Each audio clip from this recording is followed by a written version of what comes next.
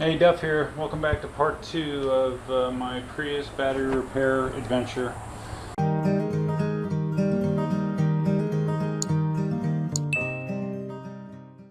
I just received my second replacement cell from HV Hybrid Parts, bought it on Amazon. These guys have a good reputation and supposedly they sell good cells. That's where I got my first one as well.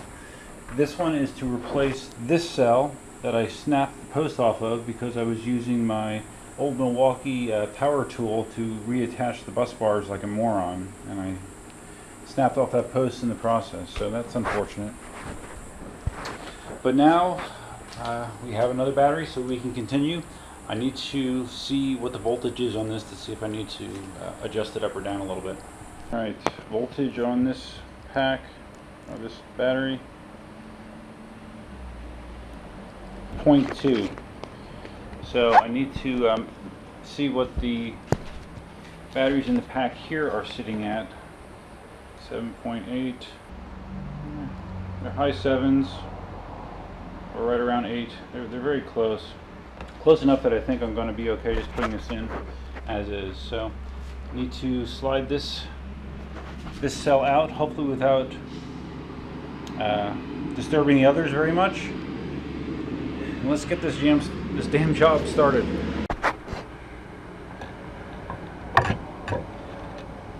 Hopefully there's no sensor on the bottom of this one.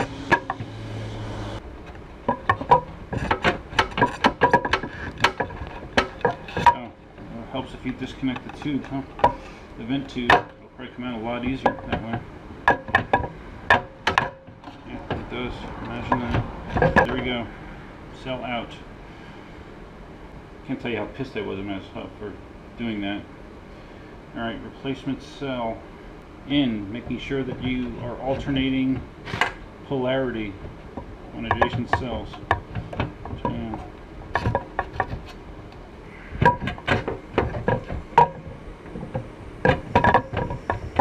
Be careful not to mess up wires in the process. The last thing I need is to break something else.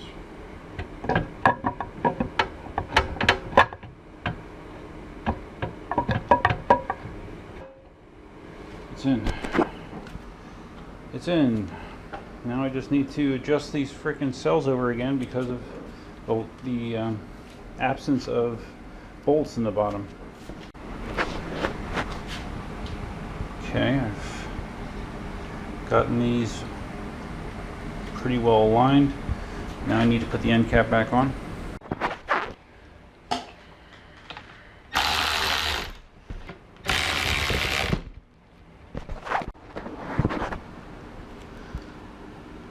Alright, we are buttoned back up. And now it's going to be time to put the bus bars on by hand. We will not be using power tools to do this. Okay, bus bars on this side seated. Now we're going to screw them on with my nickel plated nuts. Being super cautious, starting them by hand like this. And only finger tight, and then I'll put a little bit more crank on it once they're all on. But we are not going to break another terminal. Alright, that side's done. Time to do this side. When reattaching the smaller section, of course, make sure that you get these wires seated in their wire holders. And this other side has wire looms as well, but there's no wires to go through them unless my memory is really bad. Just a reminder, when you're doing this, take proper safety precautions. Make sure your eyes are covered. I'm using gloves as well, just to be safe. Once these are all connected, you have something like 220 or 240 volts of electrical capacity, so it's nothing to mess with.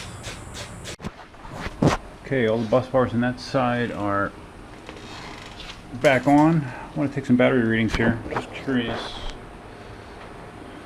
what we read. Putting it across this is the that emergency switch there. I thought I would get full voltage. I only have 30 volts there. That might be normal. I'm just kind of winging it. But at this point, this is where I put the covers on and start reassembling. See what the hell happens.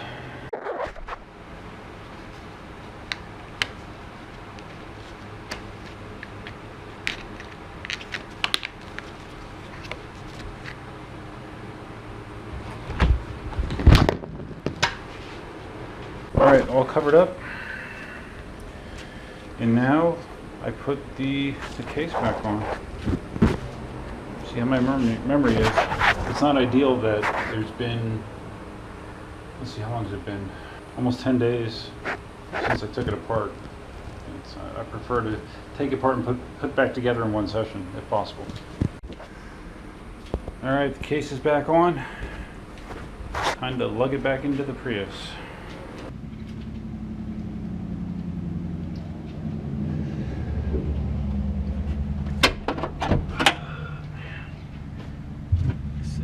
So freaking heavy, and it's such an awkward position to get it in. Definitely do not recommend doing this yourself as far as putting it back in place.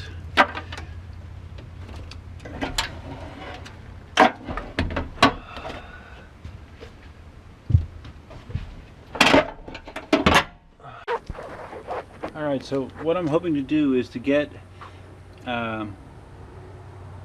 the battery in and the necessary connections connected so I can see how it is, obviously, before I put everything back together. So, you know, I have it bolted down, I have it connected there. I need to replace, or I need to connect the main voltage lines to the car, reconnect the 12-volt battery, and then put the safety plug back in.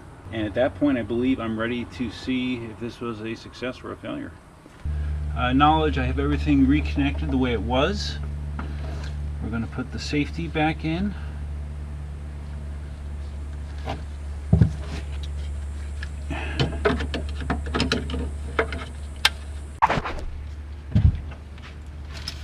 Alright, I just brain farted on how to get that interlock back in. Got it back in. Alright, so again, I think at this point I can see if the car turns on. Oh, I hope it does. Oh boy. Here goes nothing. And out. Put that in.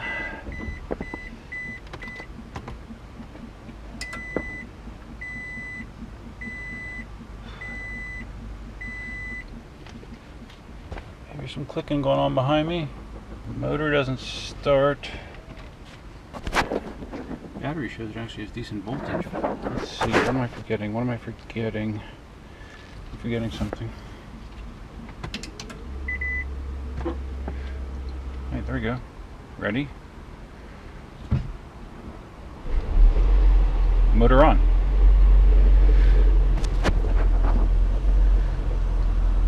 Alright. Well, that's not so bad, right? Okay. It says we're almost out of gas.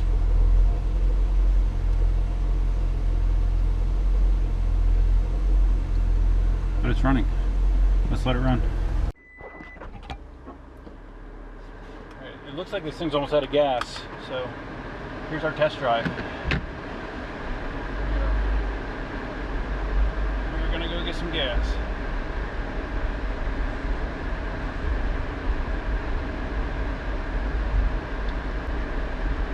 It's gonna sound a little rattly back there, but that's alright.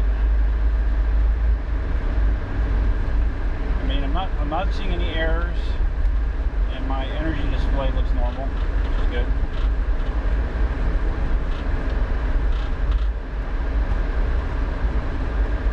Or maybe that was just a temporary thing due to everything being disconnected. I have plenty of gas. That's correct.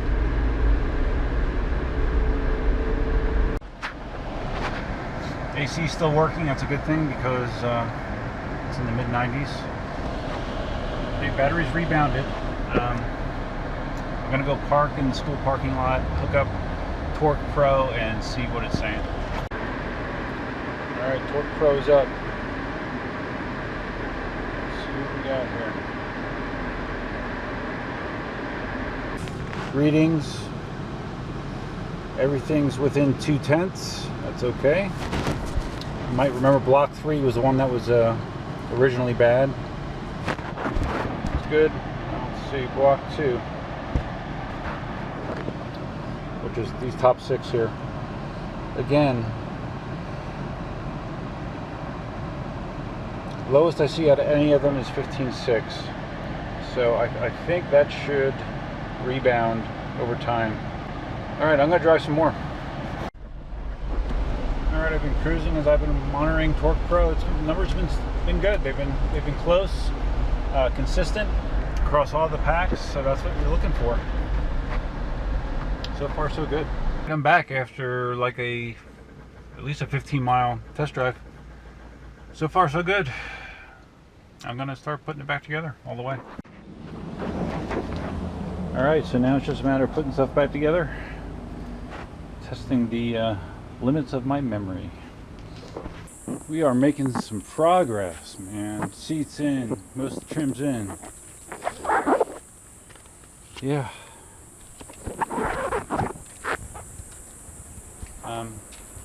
I might have a screw or two left over.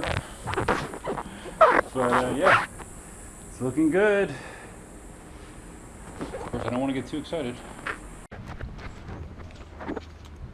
Man, I don't remember putting a trunk mat back in a car ever having such a satisfying feeling as it does right now. Yeah, it's back together. I'm going to take it out for another test drive now that everything's back together and see how it goes. Alright, we're going to do another test here. We have to drop off Cindy's Hyundai Ioniq at the dealer for some service, so I'm going to follow her in the Prius, pick her up, drive home, and cross my fingers that everything's great.